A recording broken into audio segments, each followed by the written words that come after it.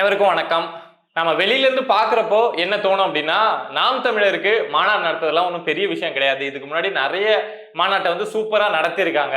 So அந்த அடிப்படையில நேத்தி ஆடு மாடுகள் மாநாட்டை நடத்திட்டாங்க அப்படின்னு தான் தோணும். ஆனா எந்த மாநாட்டுக்கும் இல்லாத அளவுக்கு இந்த மாநாட்டுக்கு ஒரு பெரிய அழுத்தம் அப்படிங்கிறது நாம் தமிழருக்கு இருந்திருக்கு, வெளியில இருந்து கொடுக்கப்பட்டிருக்கு. இந்த மாநாட்டுக்கு அனுமதி கிடைக்கிறது அப்படிங்கிறது பெரிய பிரச்சனையா இருந்திருக்குங்க. ஒரு பெரிய கூட்டமே வந்து இந்த மாநாட்டுக்கு நாம் தமிழருக்கு அனுமதியே கிடைச்சிடக்கூடாது அப்படின்னு பெரிய அளவுக்கு வேலை பார்த்திருக்காங்க. எந்த கூட்டம் அப்படின்னா, தமிழ்நாட்டுல ஜல்லிக்கட்டே நடக்கக்கூடாது, இங்க இருக்கக்கூடிய நாட்டு மாடுகள் இருக்கவே கூடாது அப்படின்னு நினைச்சு ஒரு பெரிய அரசியலை பின்னாடி வச்சு ஒரு கூட்டம் வேலை செஞ்சது இல்ல. சோ அதே கூட்டம் வந்து கார்ப்பரேட் கூட்டம் வந்து பெரிய அளவுல இந்த மாநாடு நடக்கக்கூடாது அப்படின்னு அதிகாரிகள் மூலமா இந்த அனுமதி கிடைக்காம இருப்பதற்கு என்னென்ன அழுத்தம் கொடுக்க முடியுமோ எல்லா அழுத்தத்தையுமே கொடுத்திருக்காங்க. பட் அதை தாண்டி தான் இந்த மாநாடு அப்படிங்கிறது நடந்திருக்கு.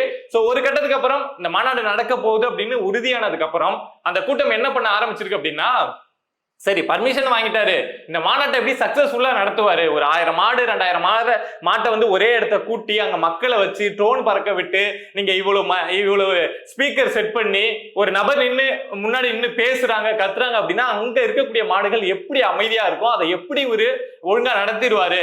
ஏதாவது ஒரு அசம்பாவிதம் நடந்ததுன்னா போதாது, இதை வச்சு மொத்தமா நாம் தமிழர் கட்சியவே டேமேஜ் பண்ணிடலாம் அப்படின்னு அந்த கூட்டம் வந்து பெரிய அளவுக்கு வெயிட் பண்ணிட்டு இருந்தது. அதுக்கான வாய்ப்புகள் அங்க இருந்ததா அப்படின்னா உண்மையாலுமே இருந்ததுங்க. சாதாரண விஷயம் கிடையாது. நம்ம சீம பசுமாடு இத மாதிரி மாடுகளை கொண்டாந்து ஒரு இடத்த கட்டி போட்டோம் அப்படின்னா அது குட்டியே படுத்து கிடக்கும். அது மாடா பன்னிக்குட்டியான்னு கூட தெரியாது, அந்த அளவுக்கு படுத்து கிடக்கும், பிரச்சனை கிடையாது. பட் இவங்க கூப்பிட்டு வந்தது எல்லாமே வந்து காட்டு மாடுகள். அதுக்கு வந்து ஒரு மூக்கணாங்கயிறு கூட இருக்காது. அது நினைச்சது அப்படின்னா இவ்வளவு பெரிய ஹைட்டு தாங்க போட்டு தடுப்புலாம் போட்டுருந்தாங்க. அது ஒருவேளை மிரண்டு போச்சு அப்படின்னா அந்த ஹைட் எல்லாம் அது உடைச்சு தள்ளிட்டு எகிரி குச்சிட்டு ஓடுற அளவுக்கு அந்த மாடுகளுக்கு எல்லாம் அந்த பலம் அப்படிங்கிறது இருக்கும். ரொம்ப அது தன்னிச்சையா அது போக்குல இருந்த மாடுகள். சோ அந்த மாடெல்லாம் கொண்டாந்து ஒரு இடத்த வச்சு அடைச்சி வச்சு அதுக்கு பயிற்சி கொடுத்து அதுக்கு முன்னாடியே போயிட்டு மைக்ல பேசின அந்த மாடுகள் அலறுதா அப்படிங்கிற விஷயத்தெல்லாம் செக் பண்ணி பார்த்து இவ்வளவு விஷயங்கள் அப்படிங்கிறது முன்னேற்பாடா இந்த மாநாட்டை சக்சஸ்ஃபுல்லா நடத்தணும் அப்படிங்கிறதுக்காக நாம் தமிழர் கட்சி சைட்ல இருந்து செஞ்சு பார்த்திருக்காங்க. அதே மாதிரி ஜல்லிக்கட்டு காளைகள்லாம் நிறுத்தப்பட்டிருக்கு. ஒரு ஜல்லிக்கட்டு காலை வந்து அங்கிருந்து பிச்சுட்டு ஓடி கிரௌடுக்குள்ள ஓடிச்சு, மக்களுக்குள்ள ஓடிச்சு அப்படின்னா உயிரிழப்பு கூட ஏற்படுவதற்கான வாய்ப்பு அப்படிங்கிறது நேற்று இந்த மாநாடு தொடங்குற வரைக்கும் முடிகிற வரைக்குமே இருந்தது. இந்த மாநாடு சக்சஸ்ஃபுல்லா நடந்து முடியுமா அப்படிங்கிறது ஒரு திக் அப்படிங்கிற மாதிரியே இருந்தது. நடந்து முடியணும் அப்படிங்கிறது நாம் தமிழர் கட்சியை ஃபாலோ பண்ணக்கூடியவங்களுக்கு இந்த மாநாடு எப்படியாவது நடந்து முடிஞ்சிடணும். ரொம்ப கஷ்டப்பட்டு ரெடி பண்ணியிருக்கோம். இவ்வளவு மாடுகளை ஒரு இடத்த கூட்டுறது அப்படிங்கிறதே சாதாரண விஷயம் கிடையாது. அதுவும் இந்த காலகட்டத்தில் இந்த சூழல்ல நாட்டு மாடுகளை நம்ம தேடணும் அப்படின்னா டிஸ்ட்ரிக்ட்டுக்கு 100 மாடு நாட்டு மாடுகள் இருக்குமா அப்படிங்கிறதே கஷ்டமான விஷயம். சோ அப்படி இருக்கிறப்போ இவ்வளவு மாடுகளை கூட்டியிருக்கோமே எப்படியாவது சக்சஸ்ஃபுல்லா நடத்தி முடிக்கணும் அப்படிங்கிறது நாம் தமிழர் கட்சி தமிழ் தேசியத்தை ஃபாலோ பண்ணக்கூடியவங்களுடைய ஒரு எண்ணமா இருந்தது. ஆனா ஒரு கூட்டம் சொன்னல இந்த மாநாடு நடந்துடவே கூடாது அப்படின்னு நினைச்சிட்டு இருந்த ஒரு கூட்டம் சொன்னல, அந்த கூட்டம் என்ன நினைச்சிட்டு இருந்தது அப்படின்னா, ஏதாவது ஒரு அசம்பாவிதம் வரும், இந்த மாடுகள் எப்படி இந்த கட்டுப்பாட்டுக்குள்ள இருக்கும், ஒரு ஜல்லிக்கட்டு மாடு பிச்சுட்டு போய் ஏதாவது ஒரு பிரச்சனை பண்ணாதா அப்படின்னு ரொம்ப தீவிரமா வெயிட் பண்ணிட்டு இருந்தாங்க.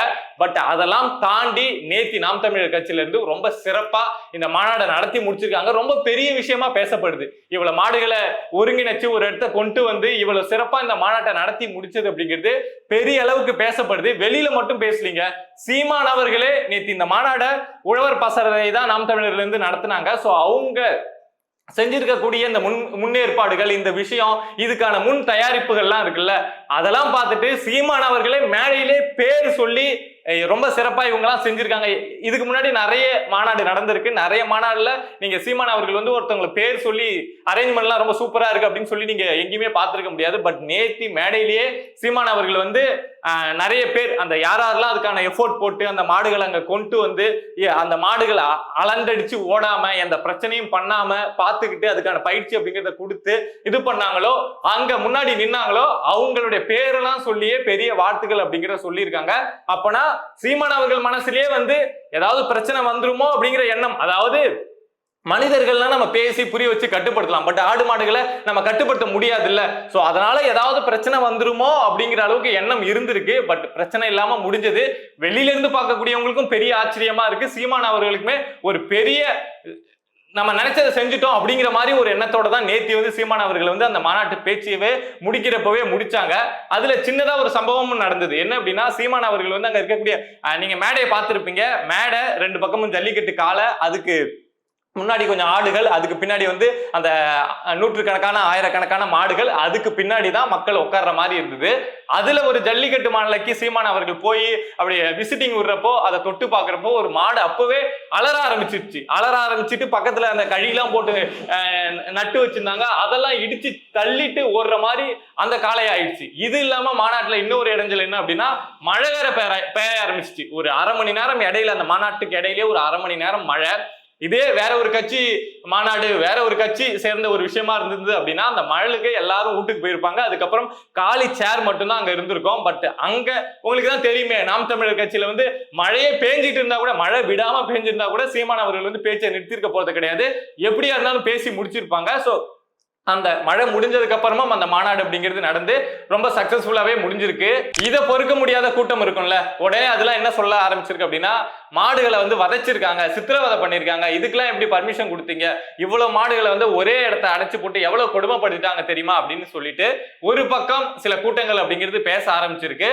அது எந்த கூட்டம் அப்படின்னா மனிதர்களை வச்சே சரியா மாநாடு நடத்த தெரியாத கூட்டம் இருக்கும்ல, அவங்க கூட்டத்துல எல்லாம் ஆள் வந்தாங்க அப்படின்னா சேரு காணா போயிடும், அத மாதிரி கூட்டம் இருக்கும்ல. சோ அந்த கூட்டம் வந்து ஆடு மாடுகளை வதைச்சிட்டாங்க அப்படின்னு சொல்ல வந்திருக்கு. ஃபர்ஸ்ட் அவங்க எல்லாம் வந்து மனிதர்களை வச்சு ஒழுங்கா ஃபர்ஸ்ட் ஒரு கூட்டத்தை நடத்தி காட்டுட்டோம், அதுக்கப்புறம் இந்த ஆடு மாடுகள் சம்பந்தப்பட்ட இந்த மாநாடை பத்தி எல்லாம் அவங்க பேசிட்டோம். அது வரைக்கும் கொஞ்சமாவது வாய மூடிட்டு இருந்தா நல்லா இருக்கும் அப்படின்னு நினைக்கிறேன். இதுல இன்னொரு சம்பவம் என்ன அப்படின்னா சீமான் அவர்களே சொல்லியிருக்காங்க, ஆகஸ்ட் 3ஆம் தேதி வந்து மேற்கு தொடர்ச்சி மலை அடிவாரத்துல வந்து நானே ஆடு மாடுகளை ஓட்டிட்டு போய் மேய்க்க போறேன் அப்படின்னு சொல்லியிருக்காங்க. சோ அதுக்காக இனிமே வந்து ஆகஸ்ட் 3ஆம் தேதி வரைக்கும் வெயிட் பண்ண வேண்டியதான். ஆனா என்ன அப்படின்னா உலக வரலாற்றுல எல்லா நாடுகள்லயுமே ஆடு மாடுகள் குறித்த அந்த விழிப்புணர்வு பேச்சு அப்படிங்கிறதுலாம் இருக்கும். ஆனா ஆடு மாடுகளை வச்சே ஒரு மாநாடு அப்படிங்கிற நடத்தின பெருமையை நாம் தமிழர் நேத்தி நடத்தினது மூலமா, சிறப்பா நடத்தினது மூலமா அந்த பேர் அப்படிங்கிறது நாம் தமிழருக்கு கிடைச்சிருக்கு. இந்த மாறுபட்ட அரசியல் அப்படிங்கிறது பாக்குறதுக்கு கேட்கறதுக்கே ரொம்ப வித்தியாசமா இருக்கு. ஏதோ செய்யறாங்க அப்படிங்கிற ஒரு எண்ணத்தை தான் புதுசா பார்க்கக்கூடியவங்க, மாற்று கட்சியில இருந்து பார்க்கக்கூடியவங்களுக்கு கூட கொடுக்குது. அதை நிறைய பேர் கூட பேசுறப்பவே அது தெரியுது. பட் இவங்க அரசியல் எதை நோக்கி போகுது, அடுத்தடுத்து என்ன நடக்குது அப்படிங்கிறத பொறுத்திருந்து பார்ப்போம். இத மாதிரி நம்மளை சுத்தி நடக்கக்கூடிய விஷயங்கள், இல்ல மனிதர்களுக்கு எதிராக நடக்கக்கூடிய விஷயங்கள், நிகழ்வுகள், இதை பத்திலாம் நீங்க தெரிஞ்சுக்கணும் அப்படின்னு நினைச்சீங்கன்னா மறக்காம பிரபா டாக்ஸ் சேனலை சப்ஸ்கிரைப் பண்ணி சப்போர்ட் பண்ணுங்க. நன்றி.